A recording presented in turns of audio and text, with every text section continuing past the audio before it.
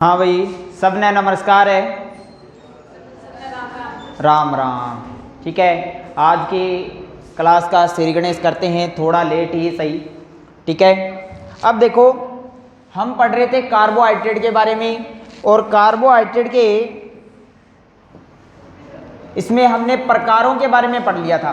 Carbohydrate के प्रकार, और कार्बोहाइड्रेट 3 प्रकार के होते हैं। एक तो मोनोसैकेराइड, एक ओलिगोसैकेराइड और एक पॉलीसैकेराइड। ठीक है, पॉलीसैकेराइड में कौन कौन आते हैं? स्टार्च और सेल्यूलोज आते हैं, और ओलिगोसैकेराइड में सुक्रोज, लैक्टोज, माल्टोज आते हैं। ठीक है, मोनोसैकेराइड की बात करें, ग्लूकोज आ जाता है, गैलेक्टोज, फ्रक्टोज, मैनोज, राइबोज। ये विशेष रूप से किस में आ जाते हैं? आपने मोनोसैकेराइड में। हाँ, तो देखो आगे हमने चर्चा कर ली थी कि सबसे मीठी शर्करा कौन सी होती है? फ्रक्टोज होती है। और कृत्रिम रूप में सबसे मीठी कौन सी हो जाती है? सैकेरिन हो जाती है। कौन सी हो जाती है? सैकेरिन। और जिसको हम क्या कह सकते हैं? एस्पार्टम। ठीक है, जो फ्रक्टोज से 200 गुना ज्यादा मीठी होती है। चीनी की शर्करा या टेबल शर्करा किसको कहा जाता है? सुक्रोज को कहा जाता है। इसको हमें गन्ने की शर्करा या चुकंदर की शर्करा भी कह सकते हैं। ठीक है, गन्ने से ही जो अम्ल मिलता है वो कौन सा मिलता है? ग्लाइकोलिक अम्ल मिलता है। और इसी ग्लाइकोलिक अम्ल को निकालने के बाद में जो कुछ बचता है उससे हम निर्माण करते हैं एसिटिक एसिड का। एसिटिक एसिड का 8% का यूज हम किसमें करते हैं? सिरका या फिर विनेगर के निर्माण में हमें करते हैं। बात समझ में आ गई? अब हम बात करते हैं, देखो आगे अंकुरित अनाज के बारे में मैंने बता दिया था। क्या अंकुरित जो बीज होते हैं उनका उपयोग अगर हम बात करें तो उसमें कौन सी शर्करा मिलती है? माल्टोज। माल्टोज को अगर पानी में डाल दिया जाए तो ये अपघटन के रूप में क्या बन जाते हैं? देखो, ग्लूकोज प्लस ग्लूकोज बन जाता है। ठीक है, ये माल्टोज के बारे में चर्चा हुई थी। फिर हम आगे बात करते हैं, देखो नेक्स्ट पॉइंट क्या बनता है?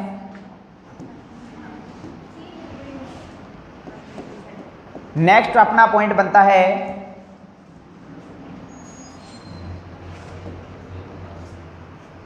दूध की शर्करा। दूध की शर्करा, दूध की शर्करा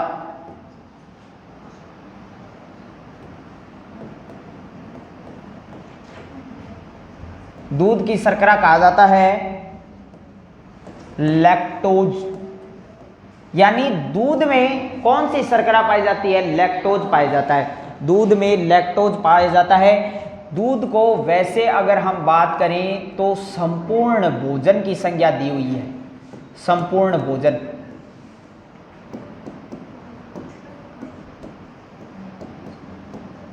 संज्ञा इसको दी जाती है।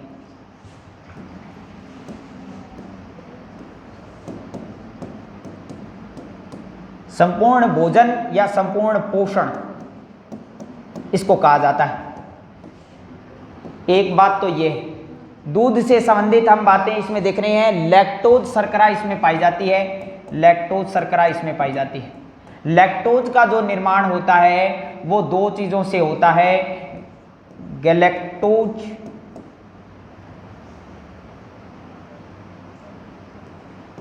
गैलेक्टोज प्लस से ग्लूकोज। गैलेक्टोज प्लस से ग्लूकोज। ग्लूकोज के बारे में मैं बता चुका हूं, इसको रक्त की शर्करा कहते हैं। ठीक है, इसके अलावा कोशिका का ईंधन के रूप में किसको जाना जाता है? ग्लूकोज को जाना जाता है। किसको जाना जाता है? ग्लूकोज को। कोशिका का ईंधन ग्लूकोज। बिना ग्लूकोज कोशिका नहीं चलेगी। कोशिका नहीं चलेगी तो हमारा शरीर भी नहीं चलेगा। ठीक है, अगर हम बात करें गैलेक्टोज, इसको हम आगे देखेंगे, इसको ब्रेन शर्करा कहते हैं, आगे हम देखते हैं। दूध की शर्करा लैक्टोज हो जाता है। लैक्टोज लैक्टोज का मापक यंत्र लैक्टोमीटर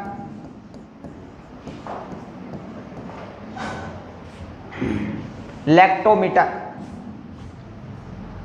लैक्टोज का मापक यंत्र हो जाता है लैक्टोमीटर।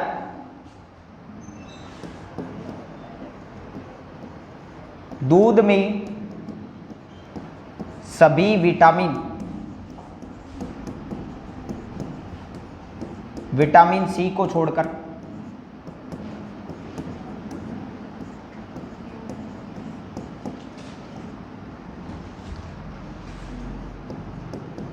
और खनिज लवण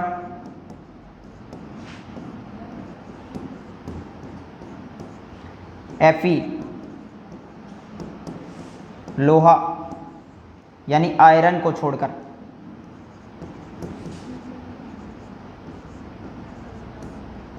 आयरन नहीं, प्रोटीन व वसा तथा कार्बोहाइड्रेट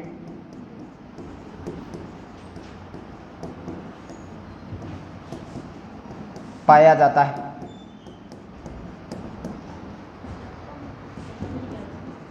दूध को दही में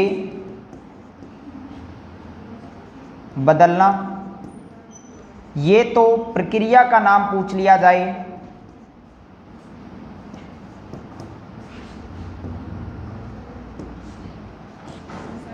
तो किण्वन प्रक्रिया हो जाती है। प्रक्रिया अगर पूछ ली जाए तो किण्वन प्रक्रिया हो जाती है। और ये लैक्टोज का मापक है, देखो लैक्टोज इसमें मैंने बताया शर्करा, और लैक्टोज का मापक यंत्र लैक्टोमीटर है। लैक्टोमीटर में इसको मापा जाता है। लैक्टोमीटर की बात करें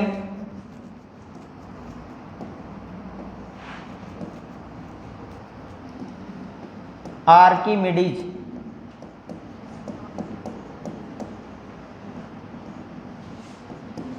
सिद्धांत पर आधारित है। सिद्धांत पर आधारित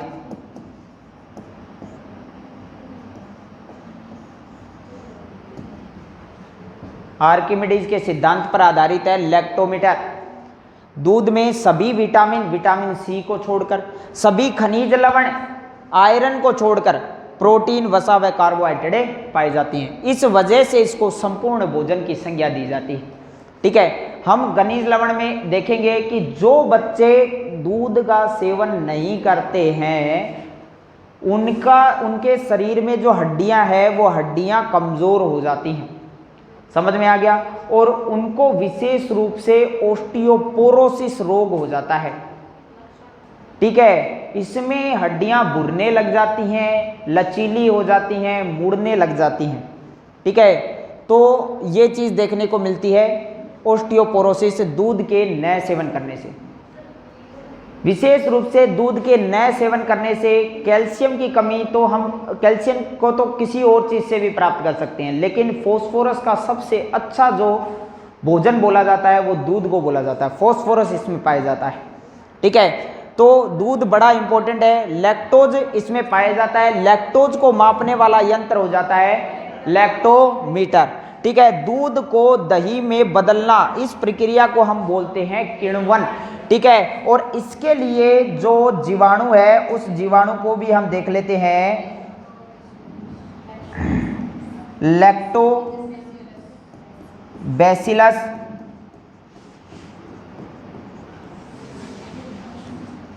जीवाणु या बैक्टीरिया। लैक्टोबैसिलस जीवाणु या बैक्टीरिया इसमें नाम आता है। दूध को दही में बदलना, ये प्रक्रिया हो जाती है किण्वन प्रक्रिया।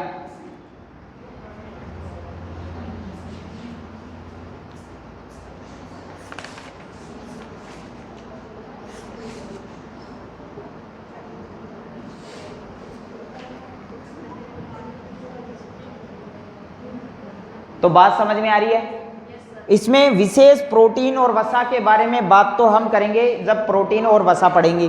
ठीक है, तो यहाँ पर संपूर्ण भोजन की संख्या इसको दी जाती है, लैक्टोज इसमें शर्करा पाई जाती है और लैक्टोज को मापने वाला यंत्र लैक्टोमीटर हो जाता है। दूध को दही में बदलना प्रक्रिया किण्वन प्रक्रिया इसको हम कहते हैं। और यहाँ पर आ जाता है लैक्टोबैसिलस जीवाणु।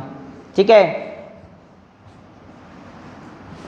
आगे हम बात करते हैं। देखो लैक्टोमीटर आर्किमिडीज के सिद्धांत पर आधारित है। अब एक और बात देखते हैं, ब्रेन शर्करा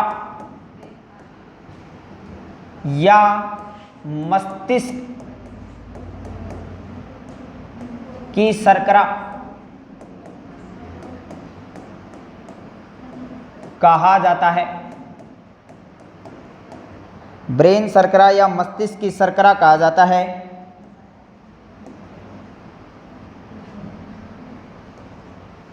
गैलेक्टोज।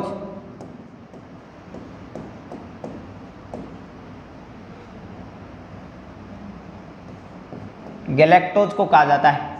गैलेक्टोज ब्रेन शर्करा इसको हम कहते हैं। अभी दूध के अंदर गैलेक्टोज के बारे में मैंने बात करी थी कि इसके अंदर क्या होता है, लैक्टोज होता है। लैक्टोज का निर्माण किससे होता है, ग्लूकोज प्लस गैलेक्टोज से होता है। मतलब कि दिमाग के लिए भी दूध बड़ा इंपॉर्टेंट हो गया।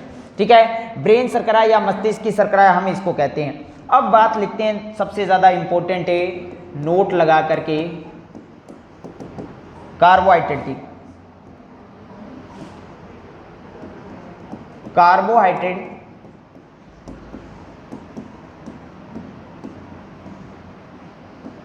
या ग्लूकोज का मापक यंत्र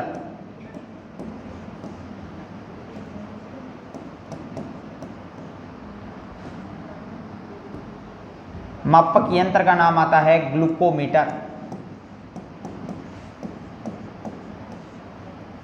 ग्लूकोमीटर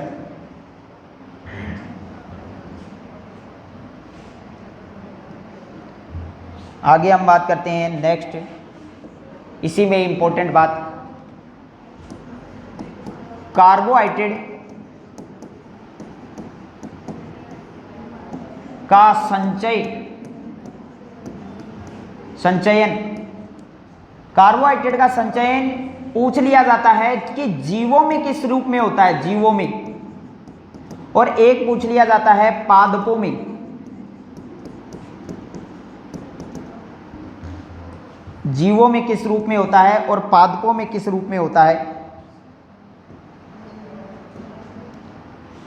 जीवों में अगर हम बात करें तो ग्लाइकोजन के रूप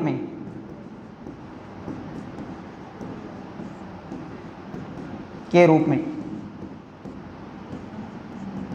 और ग्लाइकोजन का संग्रह की अगर हम बात करें, ग्लाइकोजन एक तो लीवर में, एक नंबर पे तो लीवर और 2 नंबर पे त्वचा।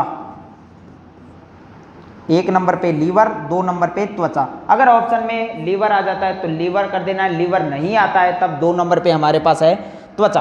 ठीक है, ये विशेष रूप से ग्लाइकोजन का संग्रह लीवर में ही होता है, इसका कुछ हिस्सा त्वचा में चला जाता है। ठीक है, त्वचा में ही, यहीं पर वसा का भी संचयन होता है। ठीक है, वसा का संचयन अगर हम बात करें तो यहाँ पर लीवर में और त्वचा में 2 जगह पर ही होता है। पादपों में अगर हम बात करें स्टार्च के रूप में,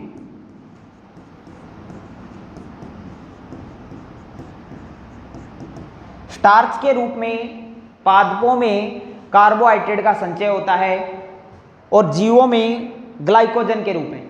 तो दोनों बातें यहाँ पर कंप्लीट हो जाती है अपनी, कि जीवों में ग्लाइकोजन के रूप में कार्बोहाइड्रेट का संचय और पादपों में स्टार्च के रूप में कार्बोहाइड्रेट का संचय। कार्बोहाइड्रेट को मापने वाला यंत्र है ग्लूकोमीटर। कार्बोहाइड्रेट का संचय जीवों में ग्लाइकोजन के रूप में, पादपों में स्टार्च के रूप में। जीवों में पूछ लिया जाता है ग्लाइकोजन का संग्रह कहाँ पर होता है, लीवर में। अगर लीवर ऑप्शन में नहीं है तो त्वचा, हार थक के त्वचा करेंगे। ठीक है, इसके अलावा देखो एक और बात यहाँ पर नोट करके नीचे लिखो, इसी से संबंधित, यहाँ पर एक और पॉइंट इसमें बना देते हैं ग्लाइकोजन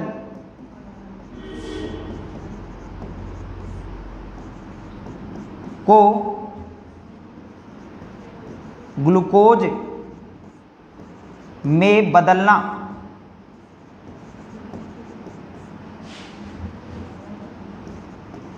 ग्लूकागोन हार्मोन। ये हम हार्मोनल जो स्ट्रक्चर ग्रंथियों के बारे में हम देखेंगे तो उसमें भी ये नाम आएगा कि ग्लाइकोजन को ग्लूकोज में बदलने का काम कौन करता है, तो ग्लूकागोन करता है। यही ग्लाइकोजन हमारे कोशिका के अंदर भी ये संचय होता है, कोशिका में कोशिका द्रव्य के रूप में इसका संचय होता है। तो ग्लाइकोजन का निर्माण कार्बोहाइड्रेट से, कार्बोहाइड्रेट मतलब ग्लूकोज, ग्लूकोज से ग्लाइकोजन, ग्लाइकोजन से वापस से ग्लूकोज का निर्माण होता है। ग्लाइकोजन के रूप में ये जीवों के अंदर संग्रह होता है। कहीं कहीं पर ये क्वेश्चन में अगर मान के चलो कि आपके क्वेश्चन में लीवर भी नहीं आया और इसमें आपकी त्वचा भी नहीं आई, तो ऑप्शन में आपको मिलता है मांसपेशियों में। इसके नीचे लिखना है मांसपेशियों में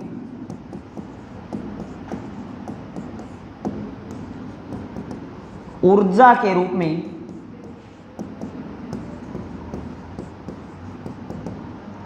ग्लाइकोजन का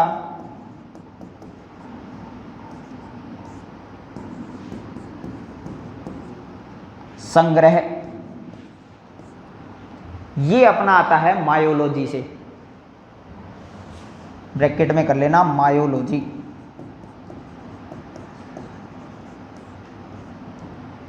मायोलॉजी कहते हैं मांसपेशियों का अध्ययन।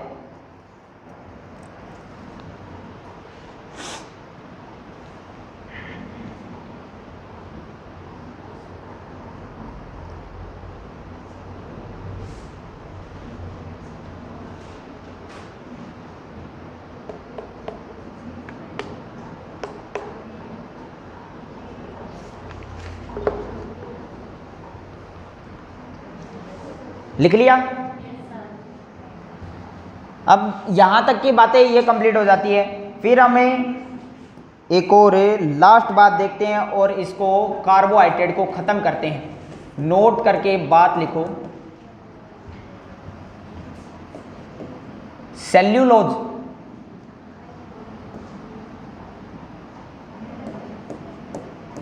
सेल्यूलोज का पाचन मनुष्य शरीर में नहीं होता है।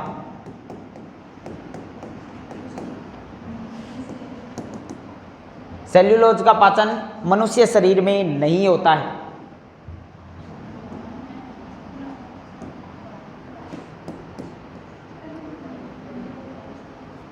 एक बात यहीं पर हम नोट कर लेते हैं, तो सेल्यूलोज का पाचन करता कौन है? सेल्यूलोज का पाचन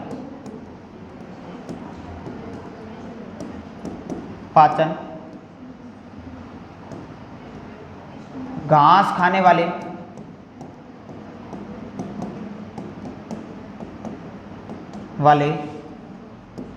जानवरों के शरीर में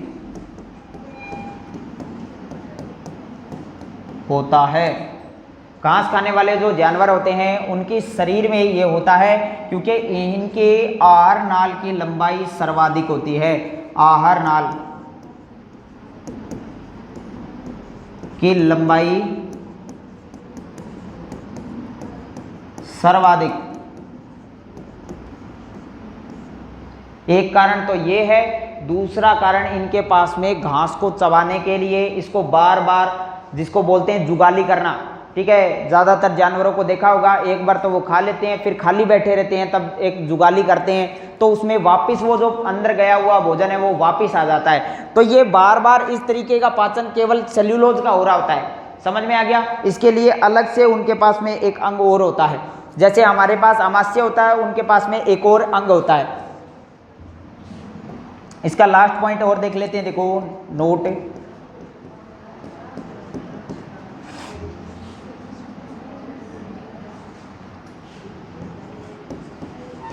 कार्बोहाइड्रेट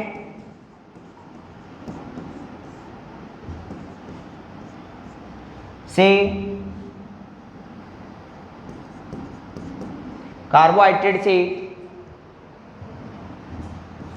90% ऊर्जा का रूपांतरण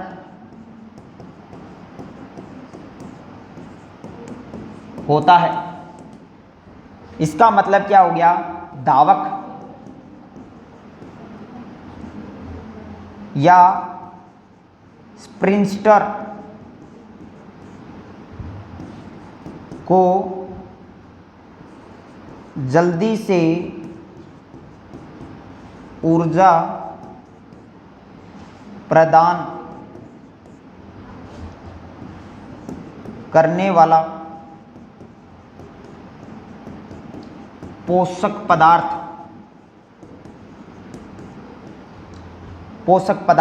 वो कार्बोहाइड्रेट होता है।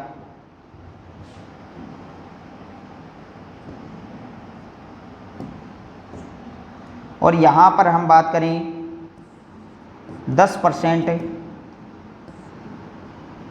ऊर्जा का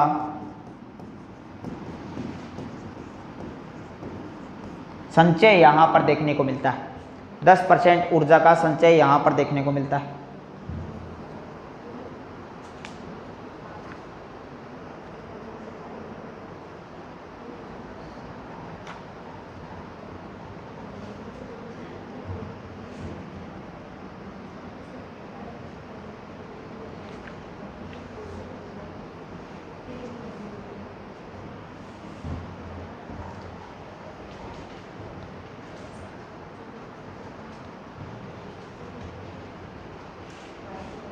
तो बात समझ में आ गई?